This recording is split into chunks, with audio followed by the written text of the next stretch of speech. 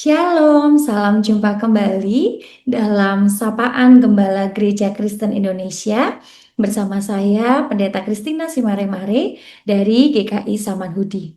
Mari sebelum kita merenungkan firman Tuhan, kita berdoa memohon pertolongan Roh Kudus. Kami bersyukur kepada Engkau ya Tuhan karena kami boleh menerima hari yang baru untuk kami jalani dan kami juga bersyukur untuk pemeliharaan-Mu yang sempurna dalam kehidupan kami. Kami rindu bahwa hidup kami senantiasa semakin berkenan di hadapan-Mu, semakin seturut dan sesuai dengan kehendak-Mu, dan kami boleh semakin menjadi berkat bagi sesama kami. Kami bersyukur kalau saat ini kami hendak merenungkan firman Tuhan. Biarlah kiranya Roh Kudus yang menuntun kami, sehingga kami dimampukan untuk mengerti dan juga menghidupinya di dalam keseharian kami. Bersabdalah ya Tuhan, karena kami siap untuk mendengarkan. Di dalam nama Tuhan kami Yesus Kristus, kami berdoa. Amin. Marah boleh, berdosa jangan. Dan tema ini akan didasarkan pada firman Tuhan dari Efesus pasal 4 ayat 26 sampai dengan 27. Apabila kamu menjadi marah, janganlah kamu berbuat dosa. Janganlah matahari terbenam sebelum padam amarahmu, dan janganlah beri kesempatan kepada iblis. Demikian firman Tuhan, kita menjadi orang-orang yang berbahagia ketika kita membaca, merenungkan, dan melakukan firman-Nya di dalam kehidupan keseharian kita. Amin. Bapak, Ibu, dan saudara yang dikasih Tuhan, bisa jadi marahnya itu hanya sesaat, tapi akibatnya bisa seumur hidup. Bisa jadi marahnya hanya sesaat, tetapi penyesalannya dalam jangka waktu yang panjang. Bapak Ibu dan saudara dikasih Tuhan, pada final Piala Dunia tahun 2006, Zidane adalah kapten Prancis dan salah satu pemain terbaik dunia. Namun, di babak perpanjangan waktu, ia terpancing oleh provokasi lawannya. Zidane terprovokasi oleh ucapan bek Italia yang saat itu Marco Materazzi. Zidane berbalik arah dan menanduk dada sang lawan hingga terkapar. Satu tandukan membuatnya menerima kartu merah dan mengharuskannya meninggalkan timnya bermain di lapangan. Prancis kemudian kalah melalui adu penalti. Hingga hari ini banyak orang lebih mengingat hebat tersebut daripada permainan luar biasa dari Zidane yang sudah bertahun-tahun dirintisnya. Marahnya hanya sesaat, tetapi akibatnya dikenang dan bahkan dalam sepanjang kehidupannya. Satu ledakan kemarahan yang hanya berlangsung beberapa detik dapat menutupi puluhan tahun prestasi. Tandukan ke dada Marco Materazzi menjadi akhir dari karir Zidane sebagai pesepak bola. Zidane memutuskan untuk pensiun dari sepak bola profesional tepat setelah gelaran Piala Dunia 2006 berakhir. Bapak Ibu dan saudara yang dikasih Tuhan, betapa banyak hubungan hancur bukan karena masalah yang besar. Relasi hancur bukan karena masalah besar, prestasi hancur bukan karena masalah besar, melainkan karena satu ledakan emosi. Sebaliknya, ada pula yang tidak pernah meledak, tetapi menyimpan amarah bertahun-tahun hingga berubah menjadi kepahitan. Di zaman sekarang, kemarahan juga mudah dilihat di mana-mana. Di jalan raya, di media sosial, di tempat kerja, bahkan di dalam keluarga.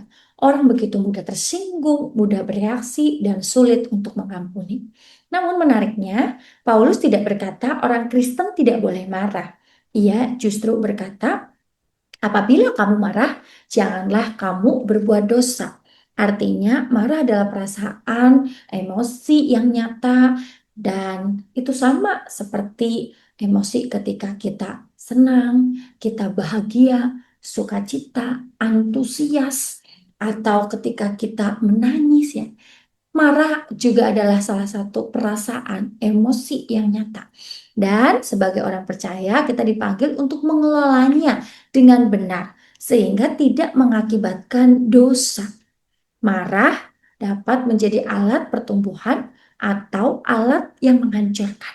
Semuanya bergantung pada bagaimana kita mengendalikan hati kita. Marah adalah perasaan yang diberikan Allah, tetapi perlu diarahkan pada kebenaran. Surat Efesus pasal 4 berbicara tentang kehidupan baru dalam Kristus. Rasul Paulus mengajarkan bahwa orang percaya yang telah mengenakan manusia baru harus menunjukkan perubahan nyata dalam sikap, perkataan, dan hubungan dengan sesama. Salah satu area yang sangat penting adalah cara mengelola marah. Dikatakan apabila kamu menjadi marah, Paulus tidak melarang untuk marah. Dalam Alkitab kita juga menemukan Allah murka terhadap dosa. Yesus marah ketika bait Allah dijadikan tempat berdagang. Yesus marah terhadap kekerasan hati orang Farisi. Artinya, marah bukan dosa. Yang menjadi dosa adalah ketika marah itu lahir dari ego, kesombongan, iri hati, keinginan membalas. Yang menjadi dosa ketika marah menguasai hati sehingga melahirkan dosa. Marah yang berubah menjadi kebencian, marah yang mendorong balas dendam, marah kemudian melukai orang lain melalui kata atau tindakan, marah yang dipelihara menjadi kepahitan. Sejatinya Tuhan menghendaki orang percaya untuk mengendalikan marah, bukan dikendalikan oleh marah. Kitalah yang mengendalikan, kitalah yang mengelola marah itu, bukan kemudian kita dikendalikan oleh marah. Ada perbedaan antara marah yang sehat dan marah yang merusak. Marah yang sehat berpusat pada kebenaran. Marah yang merusak berpusat pada ego diri. Marah yang sehat bertujuan untuk memperbaiki. Marah yang merusak bertujuan untuk melukai orang lain. Marah yang sehat bersifat sementara. Marah yang rusak dipelihara dalam dendam. Marah yang sehat tetap menghargai orang lain. Marah yang merusak merendahkan orang. Dan marah yang sehat dipimpin oleh Roh Kudus. Marah yang merusak dikuasai oleh nafsu. Bapak, Ibu, dan saudara yang dikasihi Tuhan, yang menjadi pertanyaan refleksi buat kita, apa yang sebenarnya sedang saya bela ketika saya marah? Kebenaran Tuhan atau harga diri saya? Mari kita mau belajar untuk kendalikan respons sebelum emosi itu mengendalikan hidup kita. Sebaiknya kita mengelola dalam kita merespon sebelum pada akhirnya emosi itu yang mengendalikan hidup kita. Dikatakan dalam firman Tuhan, janganlah kamu berbuat dosa. Kemarahan biasanya hanya berlangsung beberapa menit, tetapi keputusan yang dibuat saat marah bisa disesali bertahun-tahun. Yakobus pasal 1 ayat 19 berkata, hendaklah setiap orang cepat untuk mendengar, lambat untuk berkata-kata, dan lambat untuk marah. Kita bukannya tidak pernah marah, melainkan kita diminta supaya mampu memilih respons yang benar, respons yang bijaksana saat ada situasi yang membuat kita marah, respon yang bijaksana saat emosi kita memuncak. Ada 4 tips ya, 4B. Ketika emosi kita sudah memuncak, maka berhentilah dan tarik nafaslah. Dengan demikian kita beroleh ketenangan. Dan ketika kita tenang, kita bisa berdoa. Memohon supaya Roh Kudus menolong kita menghadapi situasi itu. Ketika kita tenang, kita berdoa, kita mampu berpikir dengan lebih jernih. Apakah perkataan saya akan membangun atau menghancur? Barulah kemudian kita berbicara, sampaikan kebenaran dengan kasih. Di dalam Amsal pasal 15 ayat 1 berkata, jawaban yang lemah lembut meredakan kegemaran. Bapak, Ibu, dan saudara dikasih Tuhan, janganlah memelihara kemarahan, tetapi jadikanlah itu sebagai sarana pertumbuhan rohani. Dikatakan dalam firman Tuhan tadi, janganlah matahari terbenam sebelum padam amarahmu. Ini bukan sekadar soal waktu.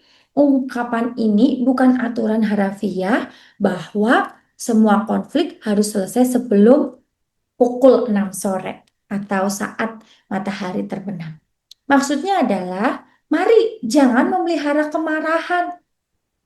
Jangan menunda untuk berdamai atau rekonsiliasi. Jangan membiarkan kepahitan berakar di dalam hati kita. Karena semakin lama kemarahan dipelihara, semakin sulit untuk pada akhirnya bisa dipulihkan. Paulus sedang berbicara tentang hati. Kemarahan yang dipelihara bisa berubah menjadi kepahitan, kebencian, dendam, dan permusuhan. Maka Paulus menambahkan, janganlah beri kesempatan kepada iblis.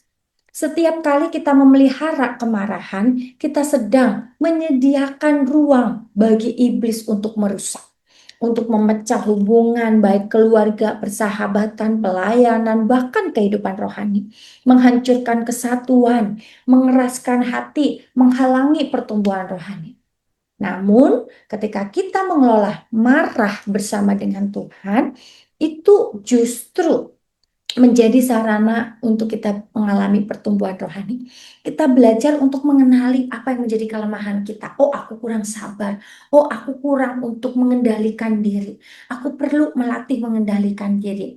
Aku perlu berlatih untuk mengampuni. Aku mau semakin bergantung pada tuntunan Roh Kudus. Aku mau menjadi serupa dengan Kristus. Bapak Ibu yang sudah dikasih Tuhan, marah itu bisa menjadi cermin yang memperlihatkan area hidup kita yang masih perlu untuk dipulihkan oleh Tuhan. Apa yang perlu dibentuk oleh Tuhan, apa yang perlu untuk semakin indah di mata Tuhan. Maka mari kita mau akui marah dengan jujur. Jangan menyangkal atau memendamnya. Dan berdoalah sebelum bereaksi agar emosi tidak mengendalikan keputusan.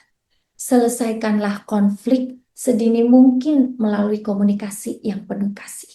Belajarlah mengampuni sebagaimana Kristus telah mengampuni kita. Paulus mengingatkan bahwa hati yang cepat untuk berdamai adalah hati yang memberi ruang bagi damai sejahtera Allah, bukan bagi kepahitan. Dan ketika kita memilih untuk mengampuni dan berdamai, kita sedang menunjukkan karakter Kristus dan membangun relasi yang sehat sesuai dengan kehendaknya. Mari kita mau mengelola marah bersama dengan Tuhan, biarlah Roh Kudus mengubahnya menjadi kesempatan untuk bertumbuh, untuk kemudian memulihkan relasi dan semakin memancarkan, mencerminkan karakter Kristus. Dengan demikian, kita tidak dikuasai oleh emosi, melainkan dipimpin oleh kasih karunia Allah menuju hidup yang semakin dewasa di dalam iman. Mari Bapak Ibu dan Saudara yang dikasihi Tuhan, kita mau berdoa memohon pertolongan Roh Kudus untuk menjalani firman Tuhan ini dan juga melanjutkan aktivitas kita. Ya Tuhan Allah, kami bersyukur kalau kami boleh diingatkan kembali akan pentingnya untuk mengelola rasa marah itu bersama dengan Tuhan. Sehingga justru rasa marah itu pada akhirnya mendatangkan kebaikan, membuat kami mengalami pertumbuhan, bukan merusak atau bukan menghancurkan. Mampukan kami untuk senantiasa bijak dalam merespons segala sesuatu yang terjadi dalam hidup kami. Dan kami berdoa kiranya Engkau memberkati kami ketika kami boleh menjalani aktivitas dalam sepanjang hari ini. Kami menyerahkan hidup kami di dalam tuntunan-Mu. Terima kasih ya Tuhan, di dalam nama-Mu Tuhan Yesus kami berdoa. Bapak Ibu dan Saudara yang dikasihi Tuhan, demikian sapaan gembala kita pada pagi hari ini dan selamat melanjutkan aktivitas. Tuhan Yesus memberkati.